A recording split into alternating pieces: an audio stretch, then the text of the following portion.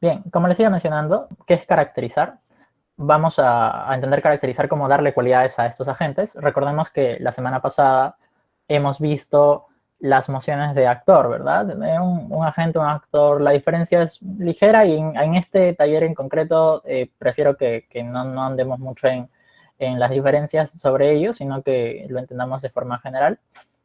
En esas mociones, el actor es el protagonista básicamente del debate, ¿cierto? Pero esto no excluye que en el resto de debates hayan agentes y que sean importantes, ¿ok?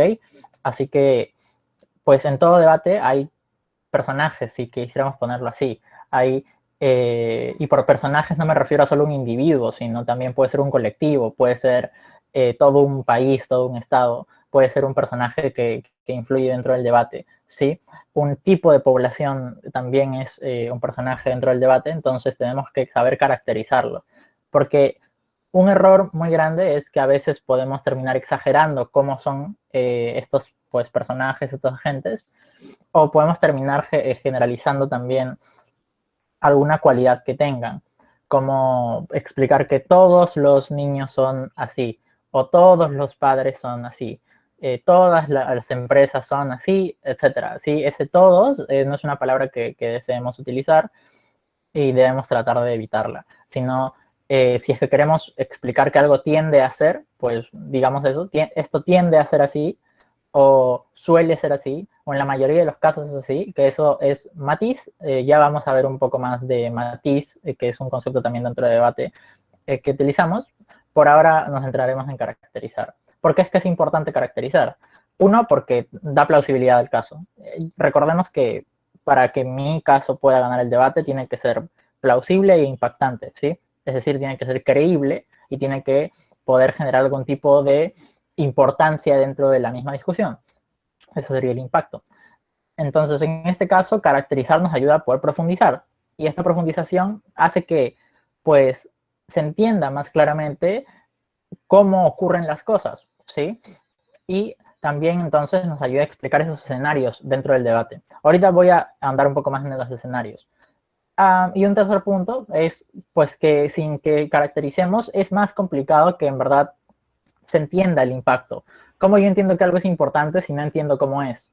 Es prácticamente imposible, ¿verdad? En debate se puede, pero no es tan recomendable. Es mejor que sí caractericemos y que seamos lo más profundo que se pueda. ¿Ok? Entonces, ¿a qué me refiero con escenarios? Porque también es algo que se discute bastante dentro del debate. Primero hablemos, pues, el mundo real, el mundo en el que pues vivimos, es muy grande. Es imposible para cualquier persona humana promedio poder conocer todo lo que ocurre en el mundo porque no estamos en todos lados ni sabemos absolutamente todo. Entonces, todos y cada uno de nosotros tenemos sesgos y observamos la realidad de manera pues sesgada también, de acuerdo a lo que sabemos. Si sabemos menos sobre algo, probablemente nuestra opinión sea de una forma a que si sabemos mucho más sobre ese algo y nuestra opinión pueda, quizás ser A, pero más profunda, o quizás ser B y pueda ser distinta. Entonces, en ese punto, en formato parlamentario británico y en cualquier formato en realidad, no se habla como tal del mundo real. Estamos debatiendo un mundo asumido. ¿A qué me refiero con esto? Es un mundo que se crea pues con elementos del mundo real, pero que han sido seleccionados por los oradores. Es decir, yo estoy hablando de tales cosas que ocurren, no estoy hablando absolutamente de todo porque tengo solamente 7 minutos, ¿sí? Y este mundo asumido es distinto en cada persona que sale a hablar dentro del debate. Yo salgo a hablar y encuadro el debate, es decir, pongo un contexto en el debate y en base a ese contexto va a irse ampliando. Entonces, el mundo que va a evaluar el juez va ampliándose cada vez más de acuerdo a cómo van saliendo los debatientes. Imaginemos en la moción, esta Cámara lamenta el capitalismo verde. Yo salgo como primer ministro, pues en la Cámara Alta del Gobierno y digo, bien, este debate se trata de en qué mundo hay un mejor tratamiento para los problemas medioambientales. Que nosotros creemos que el mundo es así. Y comienzo a explicar cómo es que actualmente muchas empresas se están apropiando del discurso ambiental para poder generar muchas más ganancias, cuando al mismo tiempo, igual, mientras que su fachada es que estoy ayudando al medio ambiente, por detrás igual siguen contaminándolo, o cómo es que igual esto mantiene las lógicas de consumo excesivo de las personas y de no una economía circular en la cual podamos tener el hábito de reutilizar, sino una economía como muy, muy consumista, que está bien, compramos una de esas bolsas de tela que en teoría sirven para que se contamine menos, pero luego la botamos a la semana y compramos otra porque se nos gastó un poco. Eso mismo igual no está ayudando tanto. Entonces, eso es lo que estoy caracterizando de forma desordenada, lo admito, en este momento, en esa moción, como primer orador del gobierno. Pero cuando salga el orador de la oposición, el mundo que yo asumí es un mundo en el que pasan las cosas que he descrito. No he explicado todo, uno, porque no puedo, y dos, porque no me conviene explicar absolutamente todo, porque perdería mucho tiempo que necesito para argumentar también. Mientras que la Cámara de Oposición sale y dice, si bien algunas de las cosas que menciona son verdad, no ocurre de esa manera. Sí, cuando me dice esto, entonces él tiene una perspectiva sobre este mundo que estamos asumiendo relativamente diferente, es decir, tiene un escenario distinto, ¿sí? Entonces, un escenario podemos también entenderlo como una perspectiva. Y en ese punto, entonces, cuando nosotros nos dan un rol dentro del debate, tenemos que también asumir una perspectiva. Pero esto no quiere decir que nos cerremos en la perspectiva. Es decir, y aquí vienen dos conceptos más. No podemos asumir nuestro mejor mundo, ni podemos asumir el peor mundo para el otro, ¿sí? Yo podría caracterizar de la siguiente manera. El lado de la oposición defiende a empresas que son completamente irresponsables, que siguen dañando el medio ambiente a pesar de que se vendan como que son así, son hipócritas y demás, bla, bla, bla, bla, bla. Ese es el peor escenario para la Cámara contraria.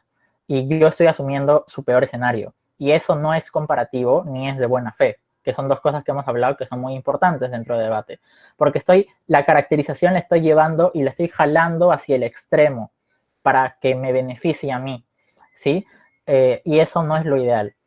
No debo llevarlo al extremo. Debo, claro, caracterizar haciendo que la perspectiva del juez se mueva hacia donde yo quiero. Eso obvio, sí, porque tengo que persuadirlo. Pero de ahí a que use como de mala fe y de forma poco comparativa esa caracterización, no es algo que me va a ayudar a ganar el debate. Más bien va a ayudar a que lo pierda, porque el juez va a decir, bueno, exageraste en tus caracterizaciones. Y el otro equipo también me va a decir, como, exageraste en tus caracterizaciones. ¿Sí? No puedo orientar las explicaciones hacia un lado excesivamente sesgado, sino razonablemente sesgado, que son dos cosas diferentes. Estar sesgado es natural, ¿sí? Sesgarse es natural porque tomamos posturas, incluso tomar la postura. Pues, necesariamente cuando caractericemos vamos a tratar de sesgar al juez hacia nuestro lado, pero sesgarlo a través de razonamientos que sean plausibles, no a través de prejuicios o exageraciones que le hagan, pues, en todo caso, si es que se lo compra y si me cree, le hagan creer eso de manera injusta y arbitraria, ¿sí? Entonces no podemos asumir el peor mundo para el otro, ni nuestro mejor mundo, ¿sí? Más bien, incluso, algo que es muy comparativo es tratar de ganar en nuestro peor mundo y competir contra el mejor mundo del otro, ¿sí? Nuestro peor mundo, ¿cuál sería en esa moción? Nuestro peor mundo en esa moción sería caracterizar que sí hay muchos beneficios del capitalismo verde, muchísimos beneficios, pero igual es lamentable debido a que el punto más importante es el que no están defendiendo. Como sí, bueno, esto genera que más gente sepa sobre el cuidado del medio ambiente y demás, pero no hace que su forma de pensar en verdad sea como cambie y les concientice, sino más bien invisibiliza el problema y evita que se pueda resolver, es decir, mitiga los esfuerzos existentes. Creemos que es lo más importante porque tal, tal, tal, tal. Y ahí tendría que comenzar a explicar, ¿sí? Es como, concedo una gran parte, sí, es verdad, concedo un montón de cosas, pero concedo cosas que luego voy a explicar porque es que no son tan importantes como la que sí nosotros defendemos, ¿sí? Eso es más comparativo, es decir, he asumido un escenario no tan favorable para mí y lo he podido ganar. Eso es mucho mejor, es lo ideal, ¿ok? Y también competirle contra el mejor mundo del otro, ¿no? suele ser que nuestro mejor mundo, es decir, la mejor situación más conveniente para nosotros suele ser la peor situación para el otro, porque estamos comparando siempre. Y nuestra peor situación suele ser la mejor para él, ¿sí? Entonces, esos extremos no son el debate. El debate está en un término medio. Muchas veces se le llama mundo real, pero bueno, por la explicación que les doy, entienden que no es el mundo real, sino es un mundo razonablemente asumido, ¿sí? Que creo que es bueno que lo sepan desde ahora. Y vale, entonces ahí estamos hablando de escenarios. ¿Cómo yo voy a alcanzar esos escenarios? Es algo que voy a explicar ahora. Y con esto de agentes y subagentes vamos a poder entender un poco más. Caracterización es un tema bastante amplio. Puedo caracterizar muchas cosas. Puedo caracterizar contextos, puedo caracterizar, en este caso, agentes que vienen con sus subagentes, ahorita vamos a explicar qué es, y puedo caracterizar, pues, agentes, contextos. Puedo caracterizar también dentro del agente, más que el subagente, puedo caracterizar como ciertos mecanismos, ciertos incentivos que tienen, pero eso está como dentro, así que voy a pasar a explicarlo, ¿sí? ¿Qué evalúo en un agente? Creo que la semana pasada ya lo habíamos hablado un poco, pero ahora profundizo más sobre el tema. Es un triángulo como de fuerzas que constantemente fluctúan entre sí, ¿ok? Todo agente tiene un deber. Este deber necesariamente implica un otro, es decir, implica otro agente o implica algo que está fuera del agente como tal, siempre. ¿Por qué? Porque implica, pues, qué convicciones tiene, pero no solo qué convicciones, sino qué obligaciones. Uno dirá, bueno, pero esa convicción es algo interno. Sí, ¿no? O sea, porque esta convicción tiene una convicción con respecto a algo. Ese algo está fuera de la gente. Imaginemos que quiero caracterizar a el Círculo de Arte San Marcos, ¿sí? Tiene este triángulo me sirve para caracterizar casi, prácticamente pues, cualquier tipo de agente. Entonces, quiero caracterizar al círculo. Como les dije, no necesariamente tiene que ser un individuo, puede ser una organización.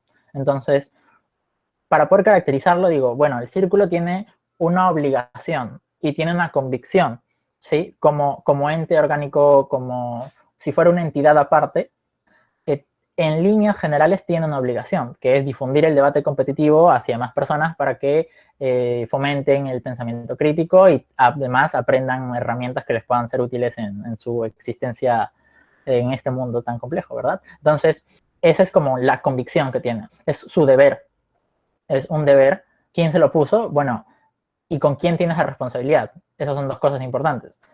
Este deber se lo pusieron sus miembros, de alguna manera, al momento de crearlo, y tiene esta responsabilidad con respecto a muchas personas, ¿verdad? Primero, de primera mano, con respecto a la comunidad universitaria dentro de San Marcos. ¿Sí? Y ya después con el resto de universitarios y ya después, por ejemplo, con escolares, ya después con el resto de personas. Es decir, sus obligaciones van escalando de alguna manera. Tiene una obligación directa, que podría ser incluso con sus miembros, de poder fomentar estas habilidades, pero también tiene obligaciones que ya están un poco más difusas y se van esparciendo, ¿verdad? Y sus obligaciones pueden ir cambiando a lo largo del tiempo, pero siempre están ahí, siempre existen obligaciones. También me sirve, por ejemplo, si quiero caracterizar a alguien, no sé, como Donald Trump, que habíamos, creo que puse el ejemplo la semana pasada, tiene alguna convicción, ¿sí? Tiene alguna obligación, etcétera. Tiene la obligación de velar por la seguridad de los estadounidenses, ¿cierto? Por el presidente. Su cargo también le pone una obligación, pero también tiene una convicción con respecto al mismo de defender sus ideas, ¿verdad? Sean las que sean. Entonces, siempre hay una obligación, siempre hay un deber, y estos deber implica una relación con un otro, sea una relación que implique cuidado, sea una relación que implique poder servir, etcétera. Mil cosas que pueden existir dentro de esta obligación. Aquí se ponen los argumentos de principio normalmente, ¿sí? De aquí parten los valores que luego van a sernos útiles para construir argumentos de principio, que ya será otro taller que evaluemos. Pero es importante que caractericemos las convicciones. Cuando yo diga en la moción, esta Cámara lamenta el capitalismo verde, lo que diría es, bueno, las empresas tienen una obligación social, podría tratar de caracterizarlo así, tienen una obligación social ya que pues lucran con respecto a los intereses y necesidades de las personas. Entonces, toda empresa tiene, a nivel de principios, una obligación de poder hacer esto, la cual en la mayoría de los casos en cuestión de capitalismo verde las están cumpliendo. Sin embargo, bla, bla, bla, bla, bla. Ahí he caracterizado, en la primera parte de este fraseo, eh, que tienen una obligación, ¿sí? Con respecto a tales cosas o que deberían hacer tal cosa, ¿sí? Esta obligación, pues no necesariamente se la ha tenido que poner la misma empresa, sino yo se la estoy poniendo en el momento que estoy caracterizando. También es válido para que me sirva a mí esa explicación para después, durante mis argumentos, ¿ok? Y luego podemos ver que eso también puede chocar o complementarse con el tema del querer. Si bien existe para todos los agentes un deber, también existe un querer, es decir, algo que anhelan, un deseo. ¿Qué desea este agente? Bien, nuevamente tomando el ejemplo de las empresas desean pues maximizar sus ganancias. Creo que esa premisa es un hecho, no es como una interpretación, es un hecho. Toda empresa desea maximizar sus ganancias. Y sus ganancias pueden ser de distintos tipos, pueden ser monetarias, pero también pueden ser pues, sociales en algún caso. Y en ese punto, desea hacer esto, es decir, tiene incentivos. Cuando ustedes en debate oigan la palabra incentivos, están los oradores muy probablemente estén hablando de, pues, estos incentivos, ¿cierto? De estos deseos. Todas esas empresas tienen una motivación, tienen incentivos. Motivaciones, incentivos, deseos, querer, todas estas palabras van a escucharlas en debate y muy probablemente tengan que saber asociarlas, ¿sí? Para que puedan luego poder responder, para que puedan luego poder extender, etcétera, lo que tengan que hacer con esa información. Entonces, si es que ustedes mismos quieren caracterizar mejor a algún agente, tienen que también evaluar qué es lo que desea y en base a eso ver si es que, por ejemplo, si en la moción de esta Cámara lamenta el capitalismo verde, se puede cumplir que en verdad hayan resultados positivos. Si es que yo soy la de gobierno y estoy defendiendo que en realidad no hay tantos resultados positivos, probablemente diga, si bien existe con el capitalismo verde una mayor obligación para poder cumplir con estándares ambientales, las empresas igual quieren mantener sus ganancias. Entonces, en el primer momento en que choque el cuidar el medio ambiente y mantener sus ganancias, ellos siempre, o al menos en la mayoría de los casos, perdón por la generalización, en la mayoría de los casos van a terminar optando por sus ganancias, ¿sí? Y tienen mecanismos para hacerlo. Yo digo mecanismos para hacerlo, estoy yéndome ya al tercer triángulo, que es el tema del poder. Porque si bien uno puede desear muchas cosas, no necesariamente puede hacer todas esas cosas, ¿sí? Entonces, ¿qué herramientas tiene este agente para poder cumplir con sus objetivos o para poder cumplir con sus responsabilidades? ¿Sí? Por ejemplo, si es que yo hablara en un debate sobre esta Cámara prohibiría la privatización de los recursos naturales, lo que diría en Cámara de Gobierno es, las empresas tienen la obligación de poder cuidar el medio ambiente cuando extraen los recursos. Sin embargo, no desean en la mayoría de casos hacerlo porque priorizan, y ojo, no es que uno desee una sola cosa, sino desea muchas cosas y prioriza entre esas cosas. Priorizan maximizar sus ganancias. Sin embargo, como pueden saltarse las regulaciones debido a que tienen una gran capacidad económica que coerciona muchas veces las estructuras del Estado, lo que termina ocurriendo es que se saltan los procesos. Ahí lo que he utilizado son las tres cosas del triángulo, ¿sí? Los tres puntos del triángulo los he utilizado para poder caracterizar. Y allí está un poco más claro quizás cómo es que yo caracterizo. Yo caracterizo siguiendo esta cadena. Yo puedo empezar por cualquier punto del triángulo. La cosa es que sea una caracterización que me ayude y que sea completa, ¿sí? Sería ideal que utilicen las tres cosas. Pues en un argumento, si utilizan estas tres cosas para caracterizar a un agente y llegar a su conclusión de una forma más efectiva, eh, creo que es algo ideal y muy, muy deseable. Claro que esto pues será cuestión de ir avanzando. Por ejemplo, ¿dónde yo agrego esta parte? que dentro de su estructura, la estructura que conversamos de las 4 preguntas, esta parte iría sobre todo en el cómo. En el cómo ocurren las cosas, yo allí pondría mi explicación de los agentes, explicando más o menos estos 3 puntos, ¿verdad?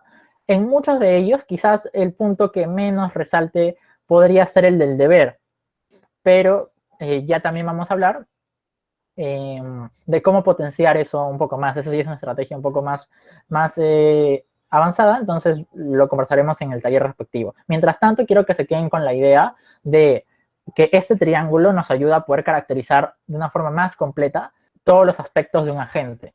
Y ahora, les introduzco un concepto nuevo. Nunca antes he hablado de los subagentes con respecto a caracterizar. Lo conversamos, creo que en una sesión de investigación de emociones con el resto de chicos, pero no profundicé en el tema. Ahora, hablemos un poco de los subagentes, que tampoco es algo pues necesariamente tan complejo o poco intuitivo. Los subagentes son pues aplicaciones específicas del agente en la emoción, porque yo puedo tener muchos agentes y hay un agente común que se repite mucho, pero que no lo vuelve un subagente después, que es el estado. El estado va a estar presente en la mayoría de los debates que vamos a tener y se puede dividir en subagentes también. Y la población también es otro subagente. Este sí lo suelen dividir, pero no de manera consciente, sino tanto como lo suelen dividir más que nada por intuición, que es el tema de la población. Y el ejemplo de la población es el que es más cercano quizás a muchos debates que personas antiguas que están ahorita también aquí pues utilizan, ¿sí? Cuando yo caracterizo una población, puedo dividirla por distintos criterios y a eso aplica el subagente. Subagente es poder dividir a la gente en distintos entes por un criterio común. El criterio que está aquí en el ejemplo de población es un criterio de poder como económico, ¿verdad? Personas ricas, personas pobres y personas que son clase media. Es una caracterización que me lleva a 3 subagentes que tienen pues un criterio común y que se relacionan de distintas maneras porque tienen pues triángulos distintos, ¿verdad? Los triángulos de los que estamos hablando ahora. Lo mismo puede ocurrir con respecto al estado, pero aquí, ¿por qué solamente pongo un subagente y no 3? Porque si bien yo puedo subdividir, no tengo por qué usar todos los subagentes en un debate. Puede que lo que quiero utilizar en ese debate en concreto no es todos los, por ejemplo, ministerios. Si el criterio de división es, bueno, lo divido por ministerios. No quiero usar todos. Quizás mi emoción es la del hacking y voy a hablar solamente del Minedu y ni siquiera voy a profundizar excesivamente en ellos. Porque aquí otra aclaración importante. Si bien yo puedo tener los subagentes, reconocerlos y saber qué van a hacer, no necesariamente mi argumento va a girar en torno a este subagente. Es un detalle en algunos debates y es lo central en otros. Tengo que saber también guiarme por eso. Por ejemplo, las mociones de actor, obviamente, los actores y los agentes y los subagentes y bla, bla, bla, van a ser pues quienes tomen la mayor relevancia. Pero en otros debates, como pues esta cámara promovería la enseñanza del hacking en las escuelas, como la que hablamos la semana pasada, puede que allí yo utilice este punto del subagente Minedu para poder caracterizar mejor un mecanismo en concreto, que es normalmente los estados a través de sus ministerios de educación suelen elaborar mallas curriculares que permitan a los alumnos entender de mejor manera. Esto es importante porque, y ya luego continúo con mi argumento, si se dan cuenta, esta caracterización fue muy breve. Y hay caracterizaciones que van a ser muy cortas y otras que van a ser más largas, dependiendo de lo que el debate nos pida.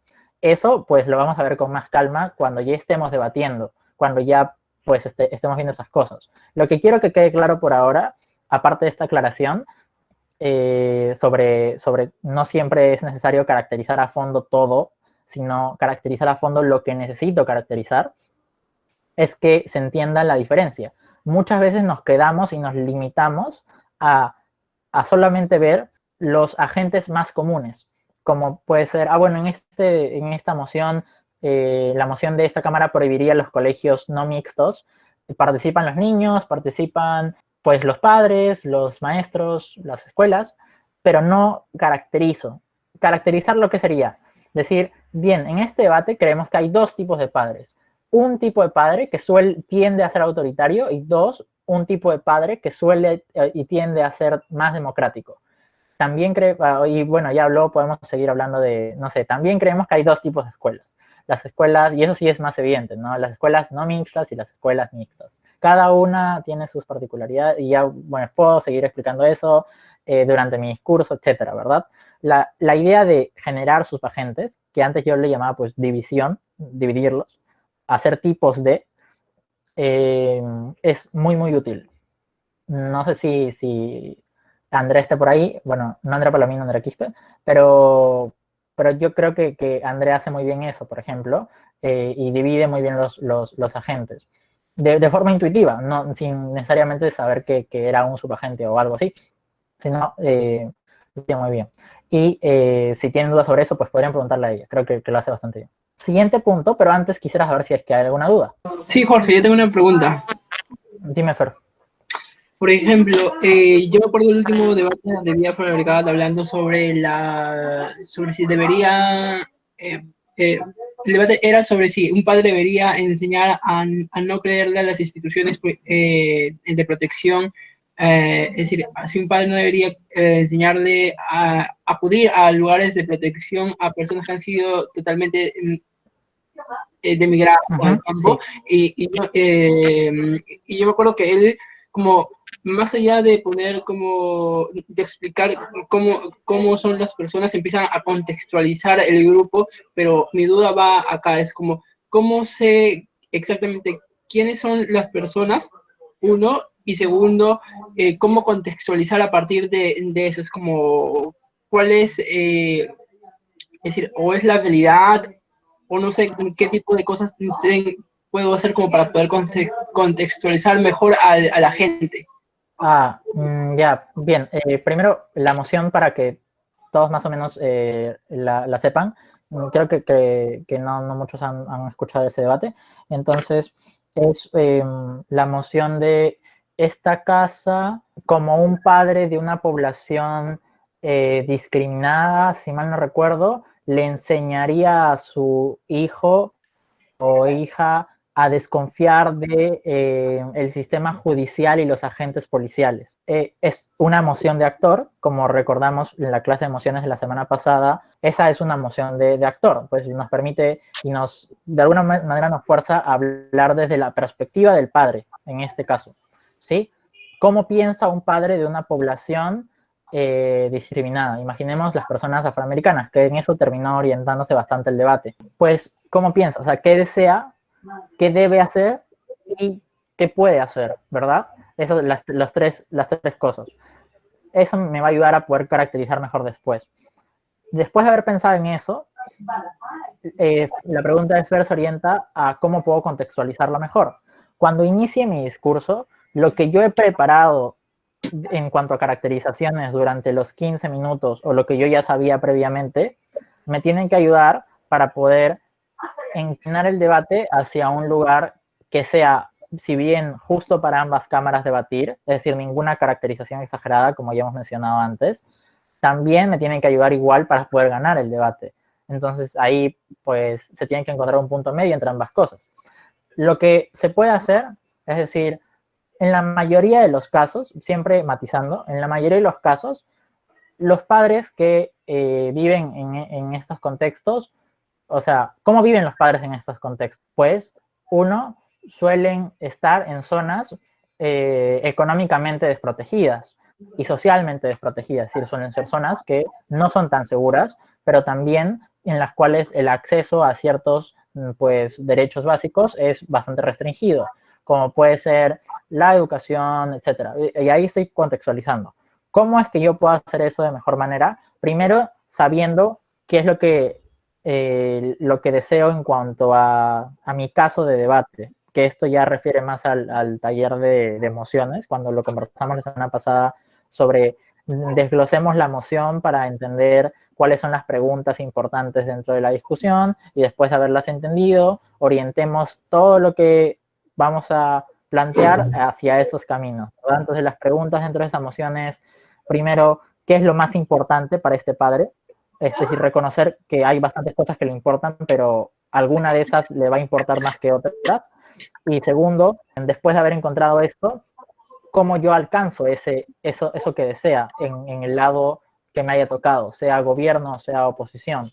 En este caso, lo que más le importa a este padre probablemente son dos cosas. Primero, que su hijo esté seguro.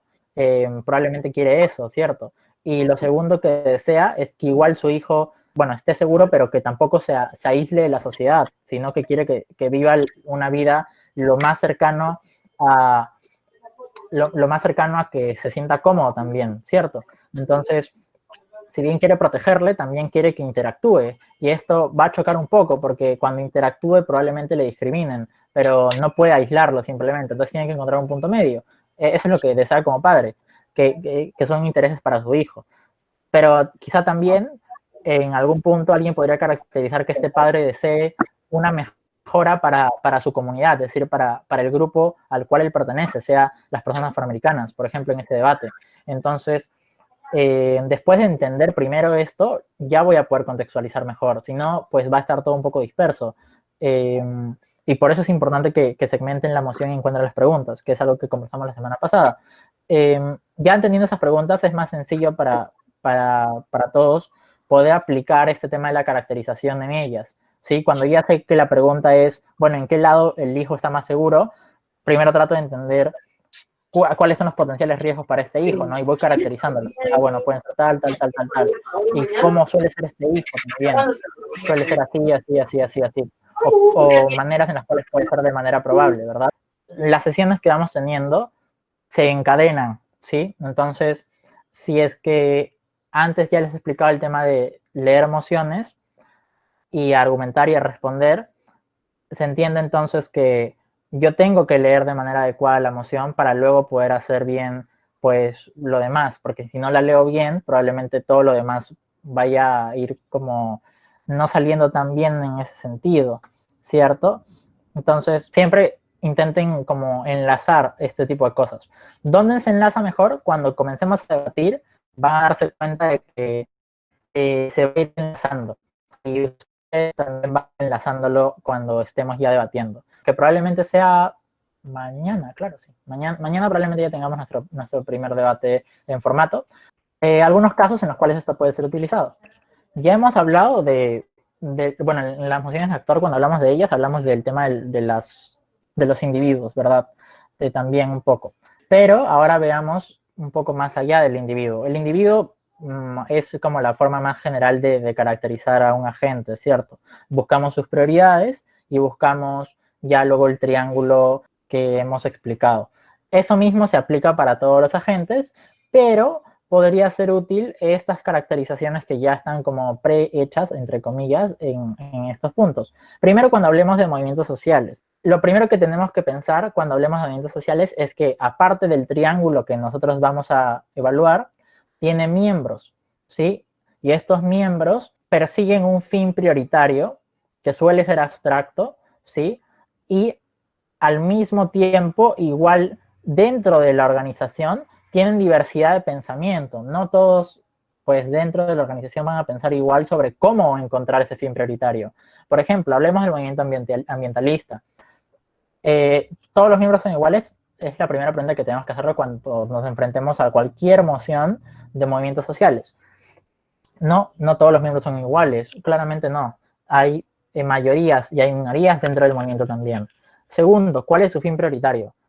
Pues aquí ya podemos hablar de algo que en líneas generales es un poco más abstracto. Encontrar o conseguir un mejor medio ambiente. Creo que podría ser la premisa más general que encuentro en este momento.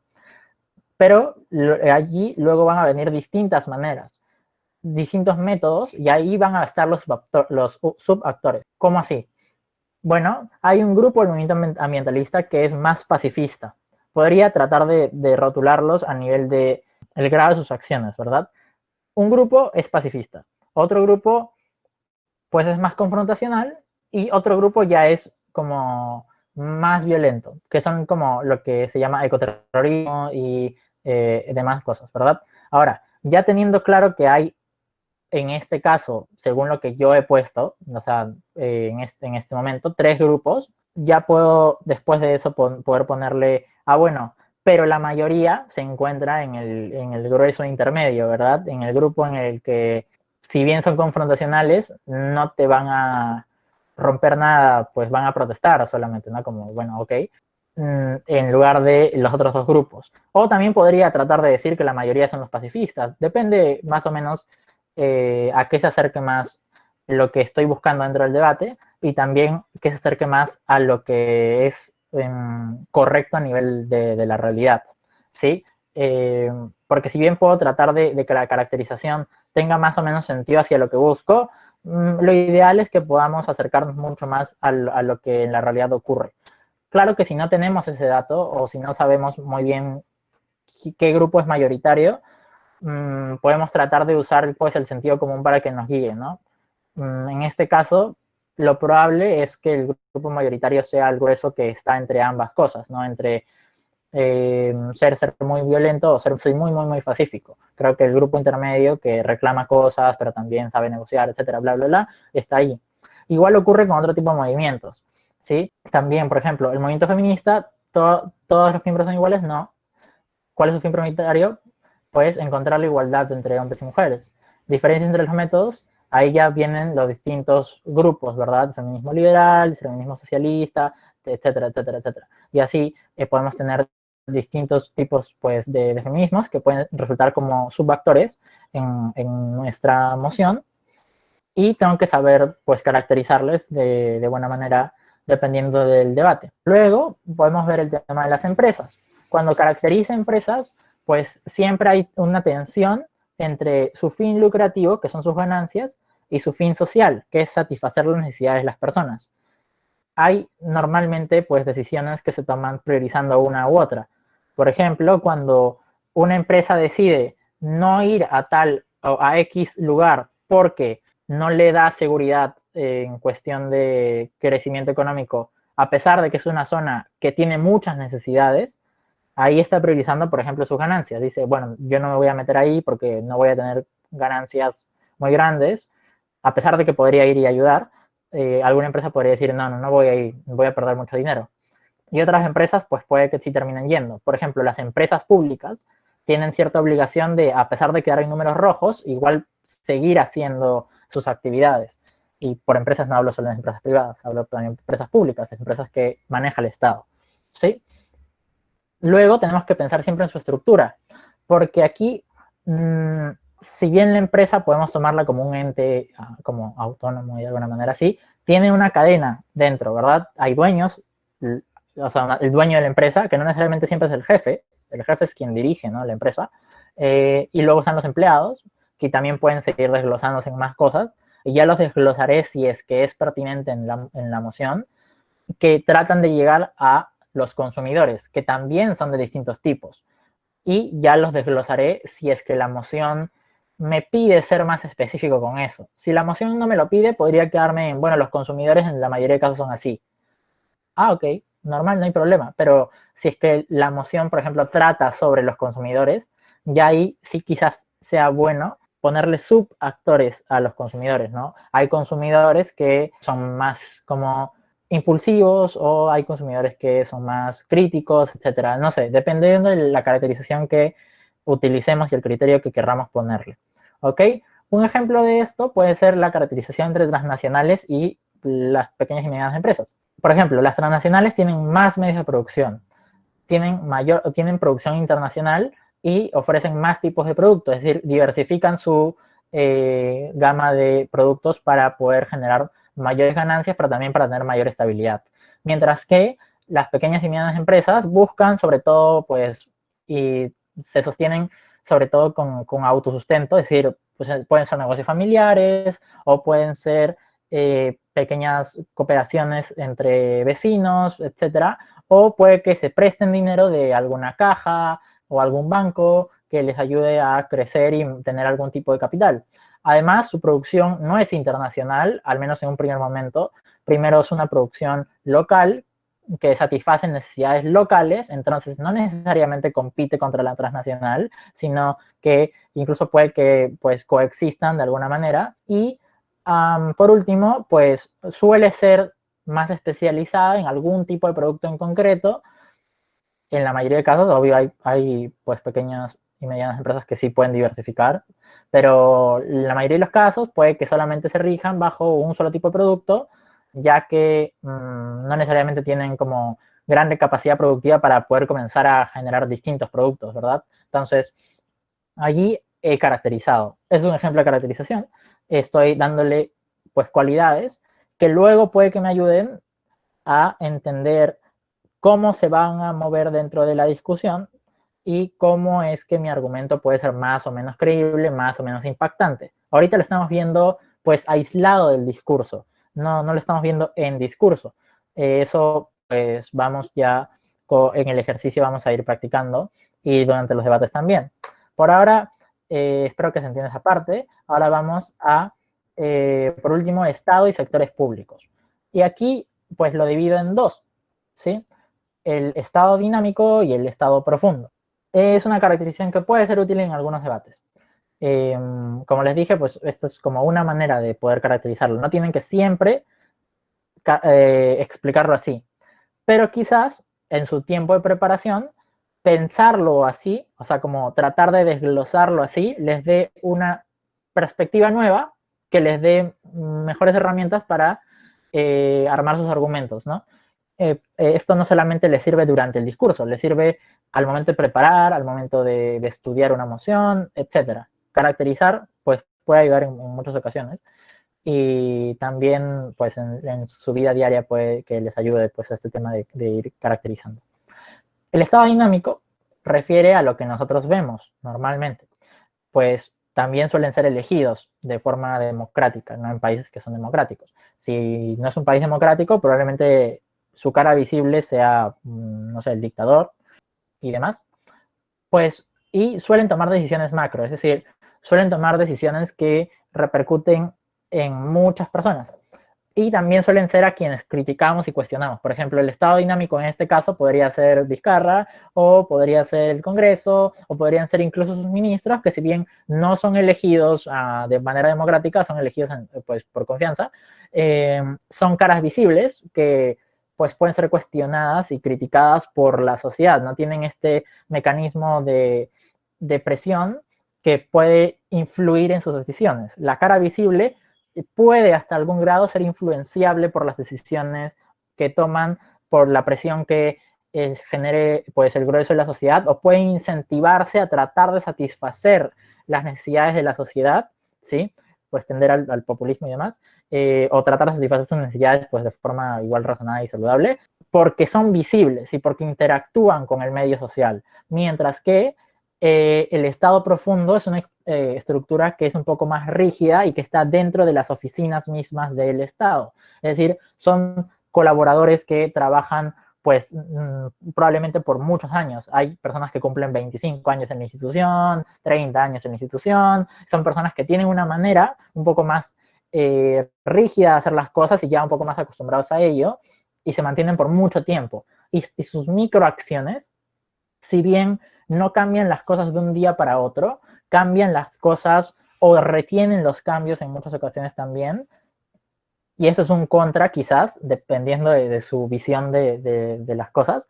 Puede ser un contra, como la estructura evita que pues, se generen X o Y cambios, pero también puede ser un pro, porque si cambiara mucho, al fin y al cabo lo que ocurre es que no hay estabilidad o continuidad. Entonces, aquí, si un estado profundo es muy, muy fuerte, es decir, si la burocracia, si quisiéramos ponerle, es muy, muy fuerte, puede que los cambios sean muy, muy lentos. Pero mientras un estado profundo sea muy, muy débil, luego el estado dinámico es el que es mucho más fuerte y puede tomar y puede saltarse ciertas cosas, ¿cierto? Entonces, aquí, este choque entre ambos tipos o entre ambas partes del estado, entre la parte dinámica y la parte profunda, que no necesariamente son conceptos, pues, teóricos y demás que estén dentro de algún libro, o bueno, no estoy seguro de eso, pero la idea es que se entienda al menos a nivel explicativo.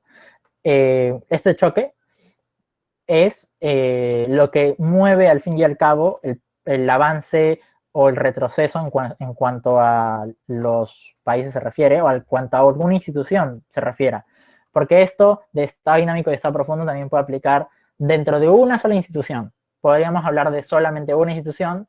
El ejemplo que ponía antes, antes que trabaja en la Biblioteca Nacional, y este organismo tiene una parte dinámica y una parte profunda, ¿sí?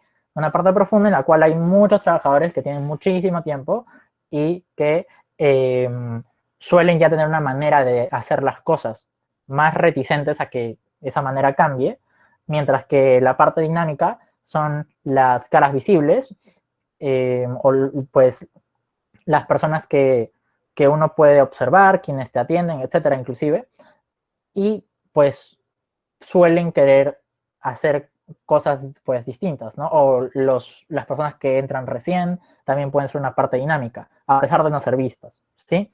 Igual puede que participen de esa manera. Eso sobre estados y sectores públicos. Ahí pongo un cuadrito que son 3 puntos clave también a analizar de otra forma ya los sectores públicos o alguna institución, que es su modelo de elección, es decir, las personas que lo conforman y que las dirigen son elegidas de manera democrática o por confianza. Esto cambia mucho el juego dentro del debate, porque si son elegidos por democracia, tienen incentivos con respecto a su relación con las personas. Pero si son elegidos por confianza, ¿quién es el que les manda en ese punto? ¿A quién le deben esa confianza? Y qué tanto influye eso en su relación, ¿verdad? Cuando analizamos el triángulo, la parte de ver también se relaciona un poco a eso, ¿verdad?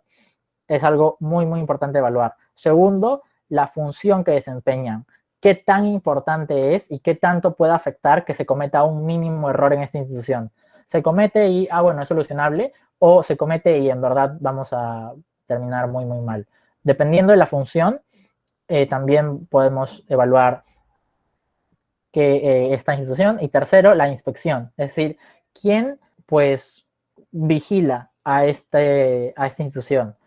Y quién vigila al vigilante también, ¿no? Una idea así. Porque sabiendo quién vigila, también podemos saber qué tan rígido o qué tan poco rígido es esta inspección. Cuando la inspección es poco rígida, lo que suele ocurrir es que, bueno, nos saltamos la inspección, ¿verdad? Cuando no les recuerdo que hay tarea, no hacen la tarea. Es lo que solía ocurrir con los antiguos. Pero confíen que en ustedes no pasará. Y esta inspección, mientras más rígida sea también, tampoco es saludable, pues. Así, entonces allí tenemos que ir evaluando y caracterizando un poco más en ese aspecto. Listo. Entonces,